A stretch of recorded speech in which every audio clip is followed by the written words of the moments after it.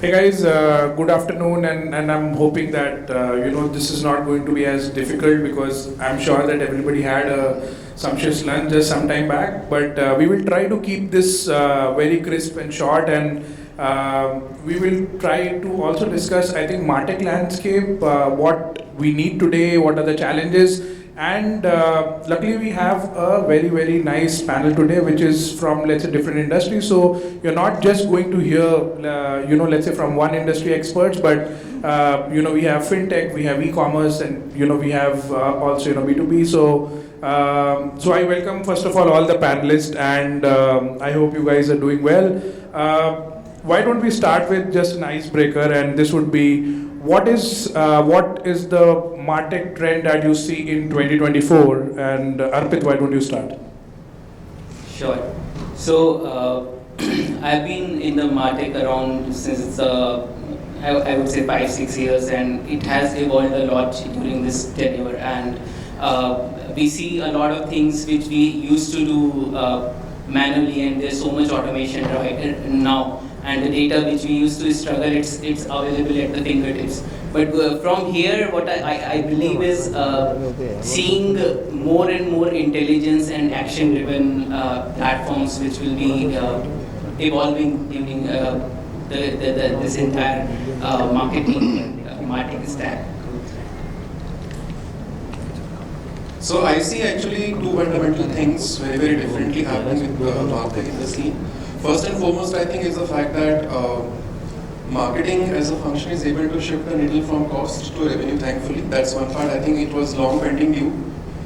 Second is the fact that I think today nobody can say that XYZ person was in that department and hence that department was doing so well.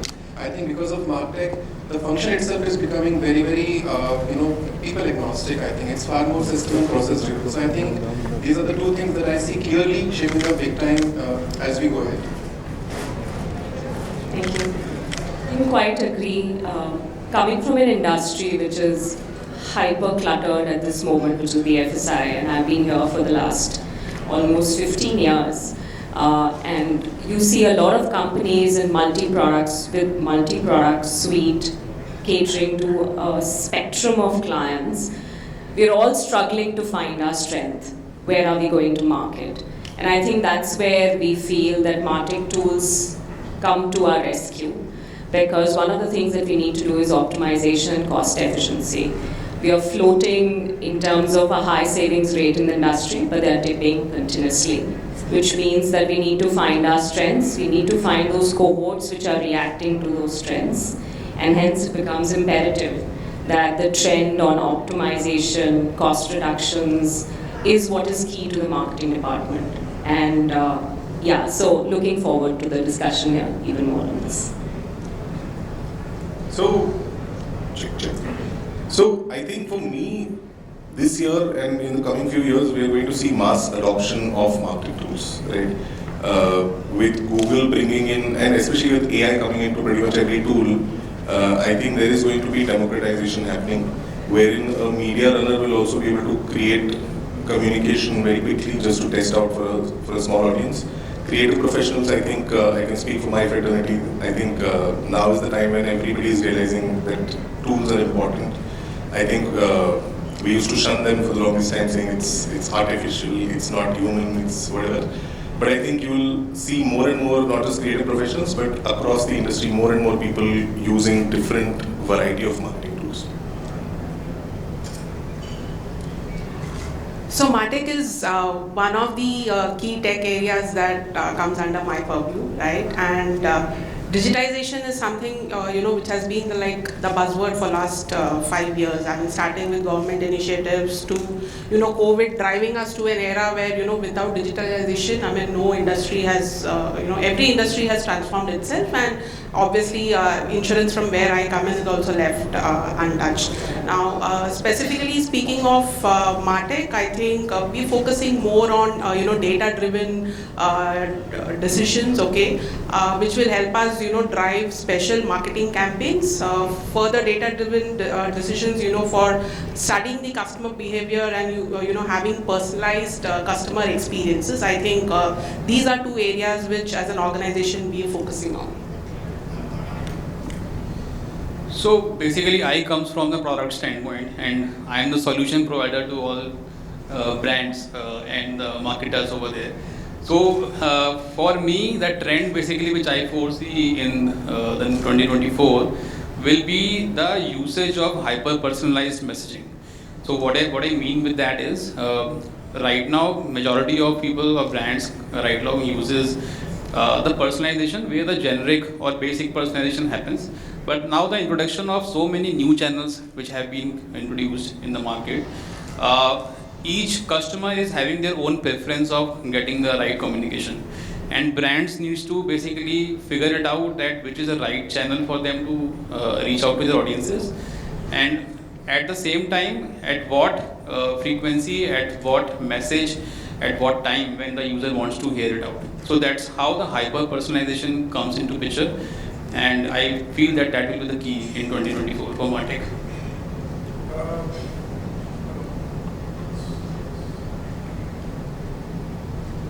Hello? Yeah. So I think this holds the mic. I think what I want to do is, because you are on the other side of it, right? Why don't you let us know that what are the Martech tools that you guys consider, right? At the other side, of the brand, and how does your business effectively identify growth opportunities and maximizing ROI? Yeah, definitely. So what I usually say to my clients, where we are actually going and helping them with the solutions is, whatever Martech tools you guys need to have, probably for every scale of organization might they basically require a different tech stack for the Martech. But I would say that the data ingestion, whatever tool they are having, has to be unified for all the Martech tools which they are using, whether it is CRM, whether it is for social, or probably reaching out to the audiences using any mediums, right? So my recommendation is that first of all the data ingestion should be unified so that the right inferences can be taken out from that, that which channel has been working for me, probably which campaign which I have ran across different channels on social or probably on any other medium, where I would basically get the right potential in terms of reaching out and getting my leads done. Right, so I would say that these would be the first, and when we have the right data in place, when we have right insights out of the data, then we will be in a position to basically figure it out the right solution for the growth and how we can maximize our ROI. Sure, thank you so much. So Amit, for SYSKA, I'm sure that it is not so straightforward, right? Because you guys also will have a large, I'm sure, B2B arm, right, as well as the B2C arm, which also uses the consumer. So at your end, looking at a marketing standpoint of view, can you elaborate something on the marketing tools and how does this helps you today? See, as you said, yes, the story for us as a FMEG player, which is fast moving electrical goods, is a little different. Because of the fact that whatever I say, whatever I do, at the end of the day, I'm selling a bulb, right? Or any other product which is electrical in nature. So if you look at in totality, I have around more than 750 SKUs. So before I really focus on the marketing side of tech, as Martech, we have no choice but to actually focus on the fact that are you able to create the entire dashboard for the material movement, because the movement is very, very complex, right, from production to distribution. So I think that's one area that we have to focus at stage one. And after we do that, I think that's when we start getting into other aspects of Martech. So just to give you a small hint of as to how we spin the story of technology, I think before we get into any of the regular Martech tools, we focus a lot on IoTization, because that's when the product starts talking to the consumer. Because fundamentally, I'm sure nobody in this room goes out online and say, hey, listen, aaj mujhe bulb kharidna hai. I mean, like, that doesn't happen. You always go to your nearby electrical shop, hardware shop, and says, bhaiya ek bulb do. So I think if that's the moment of truth, or at the end of the day, how are you going to create digital footprints? So I think that's pretty much the focus area for us as to how you can IoTize your product. Can you trace the movement of your inventories across the country, and then you say, okay, fine, let us do one campaign focusing on XYZ product. Arpit, how is that for you? I'm sure that with JioSaavn and having this subscription model, it is not something that people would want to opt for, right? Because we are in India, so free milta hai to free milta hai, right? But I'm sure that to enable, I think, efficiency on what you are basically running today, you would be using certain things that would help you in, let's say, in day-to-day analyzation of data, as well as, making, I think, your team's life easier, right? So if you can elaborate a bit maybe on that. Sure. So thanks for that question. And as you rightly said, when people have businesses where transaction ends once the purchase is made, a subscription business is a very different business where you need to acquire new users and at the same time you need to engage them and retain them on the platform. And when they are used to your platform, only then they start giving you money. So it's a very long acquisition to conversion cycle that we have. And here Martech tools is something that we rely on because these are the tools which helps us reach out to those users and engage with them and keep them engaged on the platform. And once they have evolved on that journey from a new user to a engaged user, only then they convert to a paid subscriber. So it's a totally different ball game altogether, and we need to do a lot of interventions. And all those interventions are also, we need to decide that which cohorts, I would say, we look at it like we have termed it as a CAT. So CAT is the cohorts to which we look at. A is your action-oriented analytics, and T is the transition or the targeted communication, I would say. So all these tools are helping us to do this. We are able to identify which are the relevant cohorts that we should target, and after targeting, when we also find out that whatever interventions that we have done, what is the conversions that we are getting. So in terms of actionable insights we get, and then the kind of communication that we are doing, and we are able to change that communication in such a rapid pace because we don't need to go to product or anyone else that we need to make this change. All of these things are available for the marketers on these tools. So it makes our life easy, and it makes it also makes us take very result-oriented decisions. Thanks a lot, Arpit. So the next question is for you, Shreyas. So tell us some challenges that you would have faced using the Martech tools, because I'm sure the one side of these things are that I will have an ability of, let's say, look at 2,000 things, but then manually analyzing those 2,000 things and then taking action should be, I think, something that I think you would want to understand at how Upgrad currently operates. Yeah, so I think one big challenge, and it's ironic also because a lot of marketing tools say that we'll get you personalization and hyper-personalization. But I have found that they are not personalizing the tools for specific industry use cases. Right? I agree. As education, we probably hold some other metrics very important and not some that maybe an electrical company holds. So I think personalization to some extent or customization basis the industry is something that I've seen missing. But a larger, and honestly, but after a while, Martech is like, it's good plumbing. The flow is nice, there are no leaks, kachra nahi aa raha hai, that's what you want.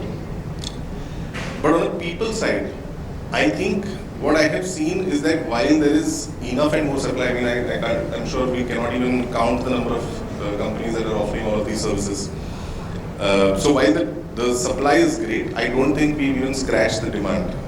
When the junior copywriter finally wants data, okay, how is the word that I wrote, how is that performing, and that mindset that needs to be built, that I feel is still missing largely in the industry. So for me, like I said, personalization and customization, that's number one. And two, how do you create demand in this industry so that truly Martech is integrated not just at different customer touchpoints, but at different employee touchpoints as well, people working within your market. Thank you so much. Amit, I think at your point of view, because you can't really control that Martech needs to deliver that efficiency that people in the market should come and ask SYSKA, right?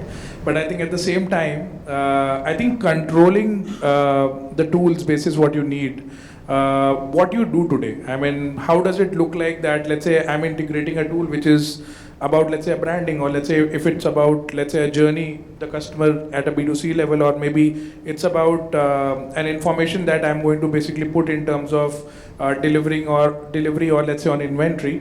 Tell us something about how is SYSKA operating today. See, I think the good part is that we don't believe in tick marks typically because of the fact that, hey, listen, everybody is doing so and so implementation, तो हमें तो करना ही है. I think very valid point, which is raised today is the fact that a lot of solution providers come, but then they don't really understand what is your category challenge, okay, and that's where things derail fundamentally. To answer your question, I think as I spoke about that, we have started iodizing the product. So today we are having app interface which is actually helping us to understand who's the customer, what kind of attributes are being used and at what frequency.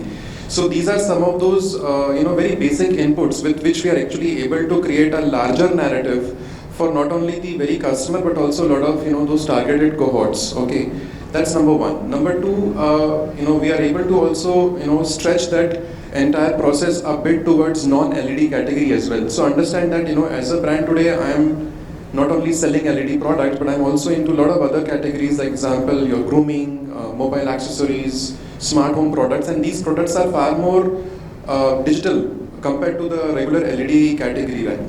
So I think that's where we not only generate the data, but we also ensure that how can you leverage that data for upselling and cross-selling. That's one. Secondly, I think when you look at B2B, you asked about that. I think many times I know that these B2B guys used to always come and tell us that, listen, Amit, we want to make such and such customized communication.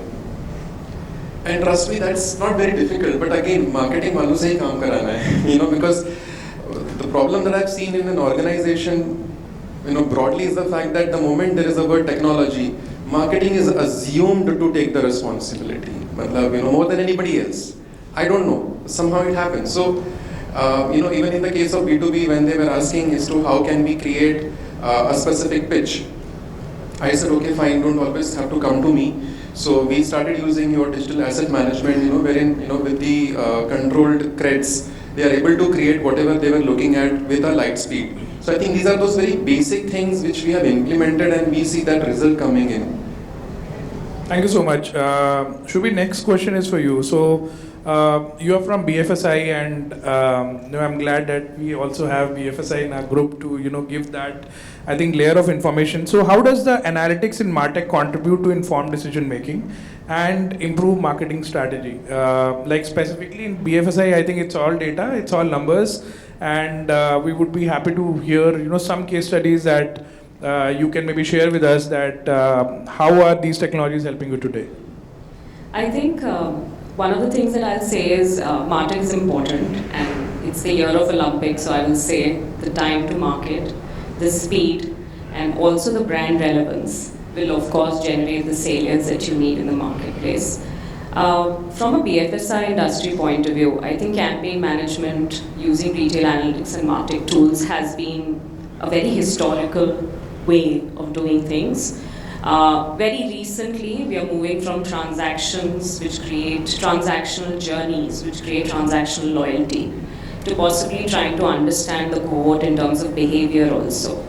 And that's where I think the cusp of the change is, because for now we've been dealing with life cycles which look at understanding the financial trend of the client, what's been the repayment trend, what's the kind of propensity the client has, what is the next product that we can give him or we can provide to the client. How can we improve the CX in terms of client experience, in terms of digital platforms? What are the interfaces that we are using? How do we push a use case on an interface? I think there have been varied cases in banking, use cases which I have personally worked on in the last 15 years. But what I see missing still, and I think that's something which possibly as an industry banker, as a marketer, I think it's on all of us to possibly look at how do we understand the vibe of the client, because salience is where the vibe comes from, the salience. And we are growing smaller in terms of marketing to specific cohorts. We have tremendous competition. For instance, Standard Chartered is a wealth-focused brand, and we know there are lots of other players in the market which are looking at focused strategies on specific cohorts.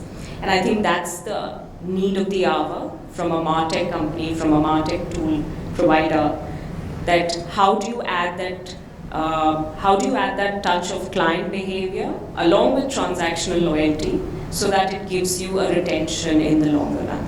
And of course, it helps me reduce my costs on marketing. So that's For sure. the vision. Thank you. So Anurag, can you maybe throw some light on, I think, analytics? I think analytics would be one major part that, being into product, I think we would want to hear from you. Yeah, definitely. And I completely agree with the point Shubhi has mentioned. There are a lot of challenges in the Martech space for analytics itself. But what I would see is there are three primary categories in analytics, which we basically also work on and also provides to clients. I think first is the descriptive analytics, which all the Martech tools basically provides, all the historical data which basically comes in. The second type is basically diagnostic analytics, which basically goes into the why part of the analytics section, that why some metric has been changing, or why this trend has been basically going from X to Y, and what all things we can do in terms of improving that. But having said that, the third analytics category, which is right now being available using the ML-based algorithm, which is predictive analytics. So predictive analytics basically goes more deeper in terms of why this particular metric is being going, and also enables the marketers and the brands in terms of predict certain behavior of the user, that how this trend probably gonna change from this duration to that. We can also basically foresee that what campaign basically will perform within what range, which we want to have from the results point of view. At the same time, there are a lot of use cases right now which brands have started utilizing.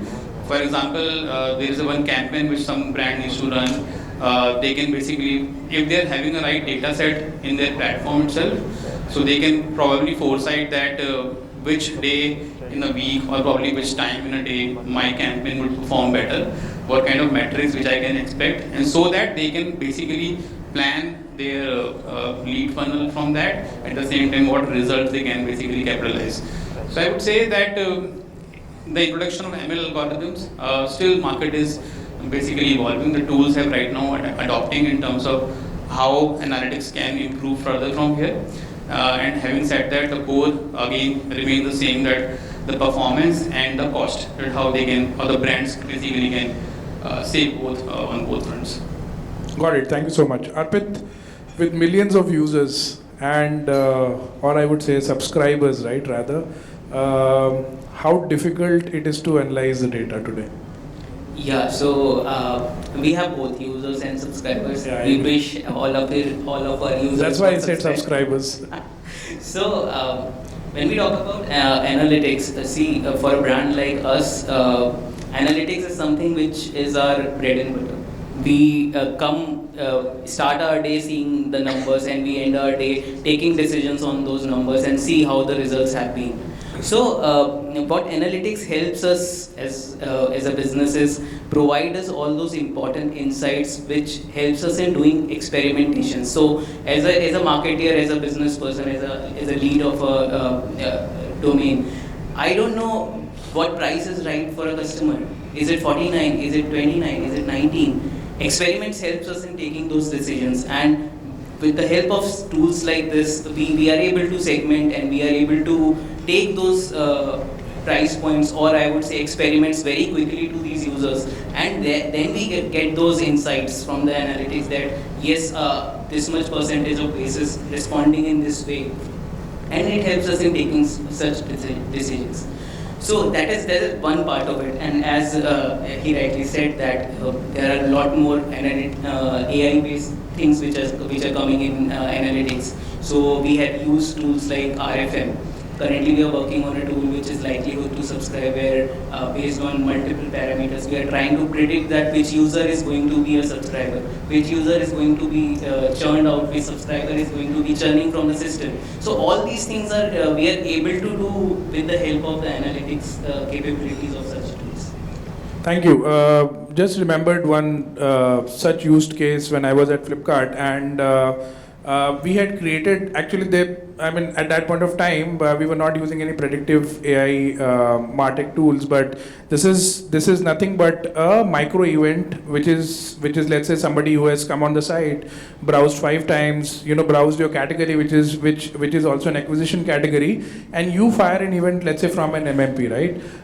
When we created this event alone, and let's say sent the signal back to Google saying that we want to most likely acquire a customer and tag him as a quality customers, and send these signals to affiliates in the market saying that ye chalana hai, right? So they said acquisition hai, install hai, purchase hai. I said beech mein hai, right? And nobody had a clue, because this will also fire like after 3 days of the total events, which will be combined at the back end, right?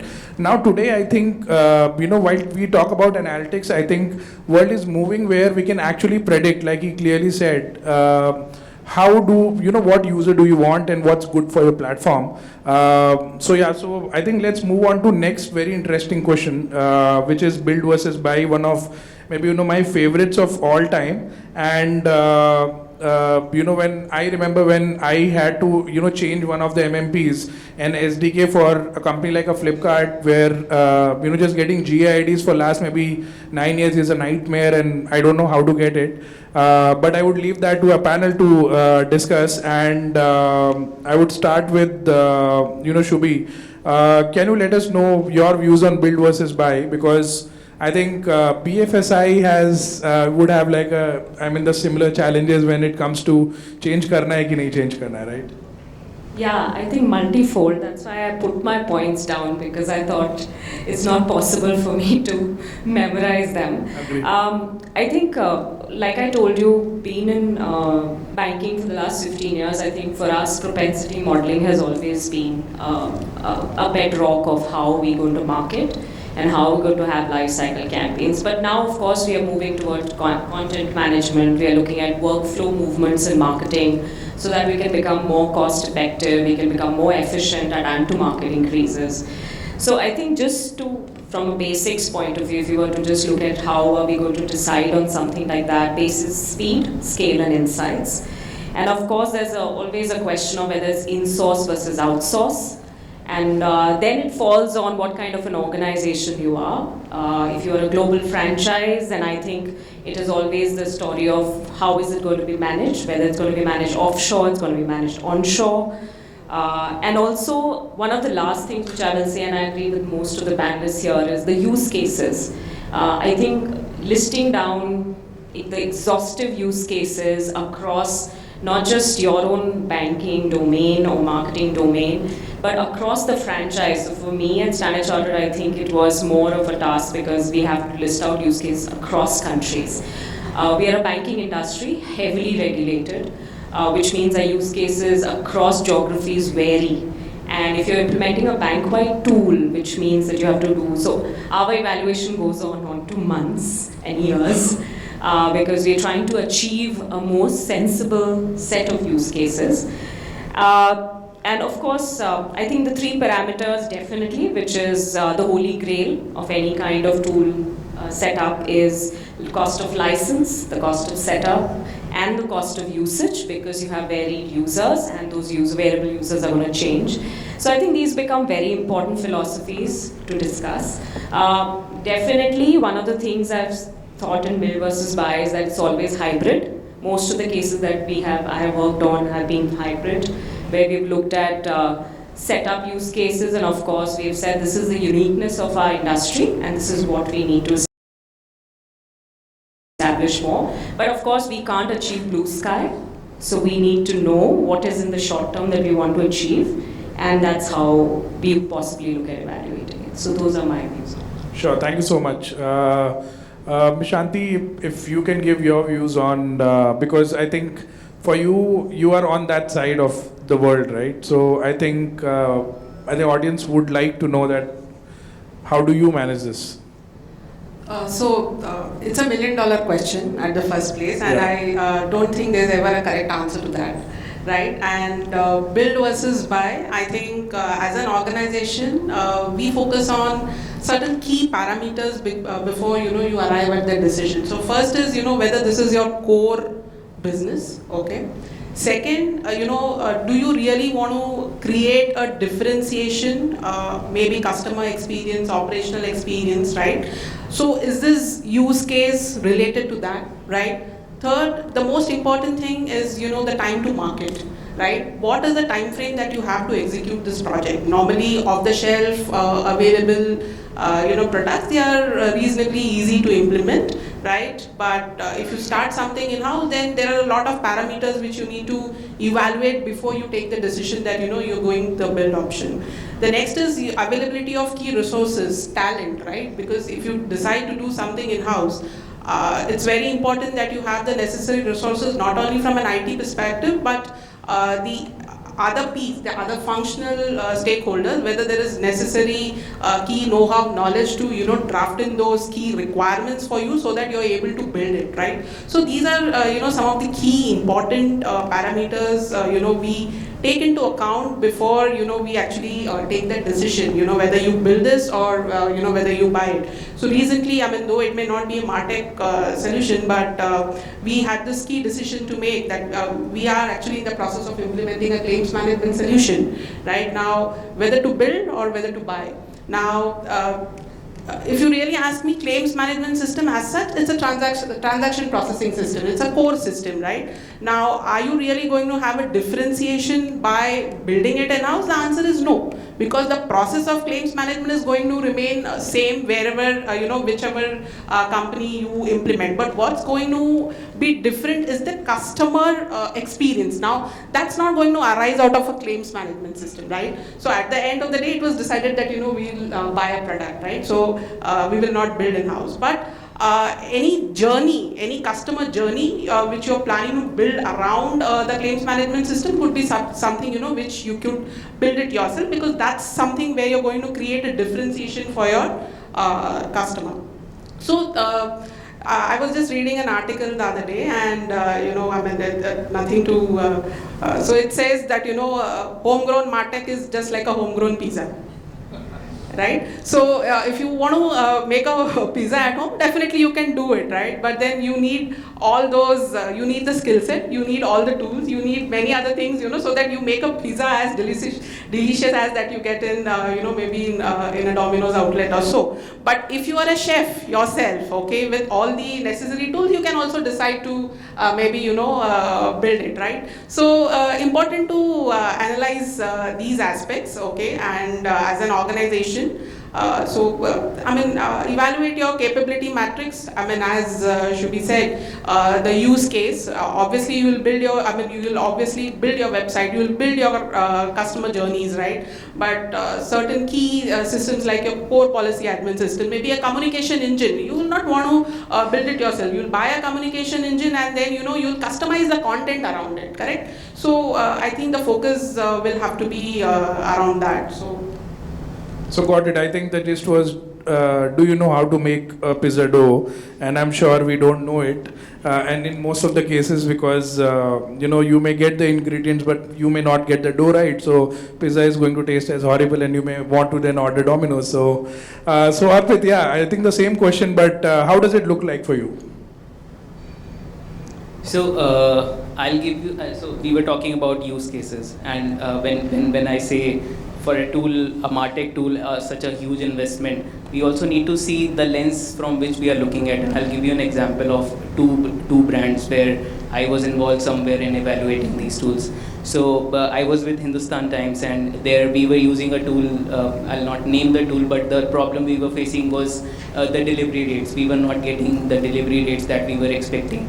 We were also not able to uniquely identify all the users. So the lens there we were looking at was a very different lens, and the evaluation was totally on a different side, that which tool would be giving us what we are trying to achieve at that point of time. So the decision points were also different. It was never about whether it should be a build versus buy, because we know we cannot replace the what is available in the market, the resources required and all. So it was a very simple task to look at all the tools available in the market and judge it basis the functionalities they are providing. The another use case is it was with one of my friend, very early stage OTT platform, and they were burning a lot of money in paid promotions and all, and they didn't have any Martech tool. So they were acquiring users, they were acquiring subscribers, and after a point he was telling me that मैं पैसा burn करता जा रहा हूँ और अभी जो है subscriber conversion बढ़ नहीं रहा है. So they acquired user and it can go up till a mark. But then you need to get a tool which will help you convert the users that you have. So at that point their evaluation tool was very different. They were just starting it. So they wanted to get onto the journey, and there the price point was the decision maker, because they wanted to start it very light. So these are now when I talk about JioSaavn, in JioSaavn there is no lack of resources. I go with any requirement, बोलते घर पे बना लेते हैं, we have everything. So there everything changes, and then we need to tell that it is not about money or resources, it is also about the time. We don't have the time, we don't have the engineering bandwidth. So it's big, again the brand or the business and how they are looking at that problem is what helps us taking that decision. And the key differentiators or the decision points remain: how much money are we going to burn there, how much time it is going to be to go to the market, how much engineering bandwidth are we going to burn on this, all these things. And then data sensitivity, it's a very strong point. Brands like Jio, we don't want to expose everything to a third party tool. So all these things helps us in taking that decision. Thanks a lot, Arpit. So last question for today. Does generative AI is the leading Martech growth factor in 24? Your views? Why don't Amit you start? So the simple answer is yes, we have started. I think nobody can say that, oh, we are not like really using anything as of now. That's one. But having said that, we are using only this aspect for executional, low-hanging fruits as of now. Because for us in this industry, this tool is still at a very nascent stage.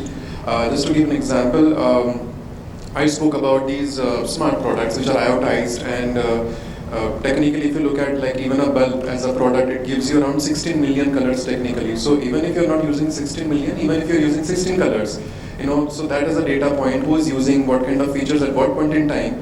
So that's wherein the tool actually helps us to create. I think a lot of conversation was about hyper-personalization, right? So we are actually able to create, that communication piece, with these kind of inputs with the help of AI, and push it out, and we are able to see some, I won't say amazing results, but promising results, because we are able to, first of all, scale it up. Second is make it more personalized, and third is it's fundamentally still executional, because data leads to data. So that's pretty much the example from FMEG. Thank you so much, Shreyas. So, at Upgrade, obviously, we keep selling generative AI programs all the time. We have it in some 30 odd programs. But I'll give you a use case that was very interesting from a creative point of view. So, of the 70-80 programs that we have, and some 15-20 search ads that we run for each of them. So, some was at 700-800 ads minimum. We just used GPT-4 once when we were just toying around last year. This year, GPT last year. So we decided to take the entire dump of all the 700-800 ads, gave it to GPT, and just said, simple prompt, just said, evaluate this for me and tell me what's working. Now before this, even if it is search advertising, and of course more so for creative, you can see kitne clicks aaye, usse down the funnel conversion kya hai, and you take your decisions there. But who's really analyzing each word or each color? So we did this with Google Ads, and one very interesting insight came out that wherever we use the word earn a degree as opposed to get this degree, learn this, upskill, different words, right? Wherever we use the word earn, there was a very clear, almost some 45-50% rise in CTRs, and of course some 20-30% down the funnel also, like right down to conversion and sale. So we thought we'll test it out. We used the word earn everywhere, and it stayed consistent, it kept delivering. So these sort of insights, I don't think you would have ever gotten before, because no copywriter, no creative person is going to go through all of that. We started, of course, because before we tell people that you need to upskill in generative AI, we need to do it ourselves. So, I'm proud to say that my team probably had it in their KPIs to adopt new Gen AI tools back in 2023. So it's been more than a year. So is generative AI here, and is it right? Obviously it is. I think 10 years from now, you will not be able to work, basic work you will not be able to do if you're not doing it. In marketing, I think it will only help people who look at it as a tool and not as a replacement. Like I keep telling people, ChatGPT is not the latest copywriter, it's just the latest pen in the market. And if you're not the first to use it, then somebody else is going to use it, and that's how you become redundant. So I think yes, GPT and Gen AI in general is here to stay. You'll see more and more such tools coming in. We are already using, another example is literature is needed. Any high involvement category, you need a lot of literature to convince people. We could never build instantly career reports, things that people typically see to sort of get an idea of what course they should do. Now I can create literature in like 5-10 minutes. And that's the scale that I'm getting, which I could never have achieved even with 100 memory. So I think as long as you use it first, I think you're going to stay with it. Thanks a lot. Anurag, your views on, I think, this particular piece, because I think it's equally important for you, the site that you are in. While I think you also like to build it, but does AI help? Yeah, so as a product enthusiast, Gen AI is something which we are very excited to build all the possible use cases, and very rightly you have said a lot of use cases. Having said that, yes, Gen AI is definitely helping to basically get the next level of the market tools which you can build. But what I see is I divide the Gen AI functionality into two stages. One is definitely the pre-send, before sending the campaign, what all things we can basically do with Gen AI. And definitely the post-send, the few use cases which we have also elaborated. So in the pre-send capabilities, what we are right now basically focusing on, that all the marketers or the brands who have been using our tools must focus on the strategy part rather than the execution part, right? Whatever the content you want to basically build, you just give your prompt and the tool will basically give you the right basically details that what all content you can basically use with your campaigns. Especially on the data segmentation part, right? Once you have all the data in your platform, you must need to have a right segments out of it. That which segment will perform at what scale, what customers basically who have been buying from you. You need to know that basic certain prompts you can basically give to Gen AI, and then Gen AI can basically give you the right data set to target on. So a lot of things, lot of capabilities which we are building, like subject line which you want to have, right content for your campaigns. Gen AI can basically help you with all those things in the pre-send stage. And the post-send stage, rightly, the analytics part, the inferences which you can get from data. So rightly said, the keyword part, we are also being very excited to give all these functionalities. That which keyword has performed in which campaign, which can help me to get more CTR, more open rates for my campaigns. So definitely, so Gen AI will be any which ways helping all the marketers to focus on the strategy part rather than the execution part. Thank you so much. So we still have 3 minutes left. Any questions from the audience for any one of us? Yes, please. Can somebody give the mic?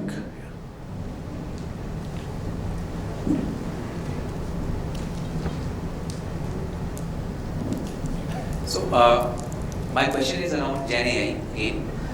What are your views on using or usage of Gen AI when it comes to strategy, not execution but strategy? Is it at a very nascent stage right now, or in future we might think of using it for strategy? I can take that.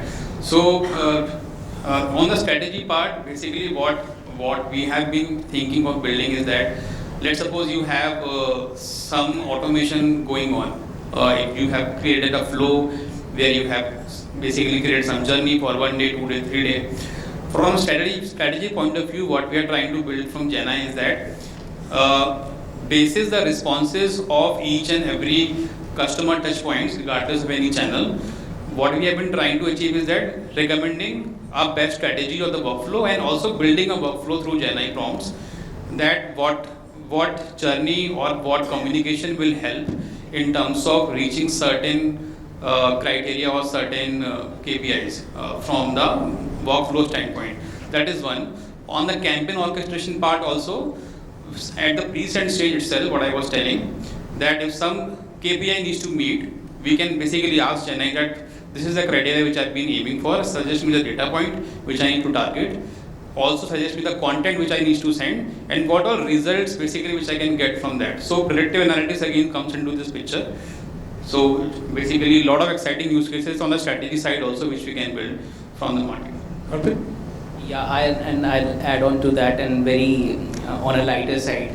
Like we were exploring all these music platforms are doing degradations on their platforms, and Spotify has already rolled out. We are also rolling out. So we were thinking that from a strategy point of view, that which are all those degradations which could exist, and we used one of these Gen AI tool to find out that what are the options available, and then we can do our analytics and insight that how our base is responding to these. So yeah, on a strategy front also, it kind of helps give a sense of direction.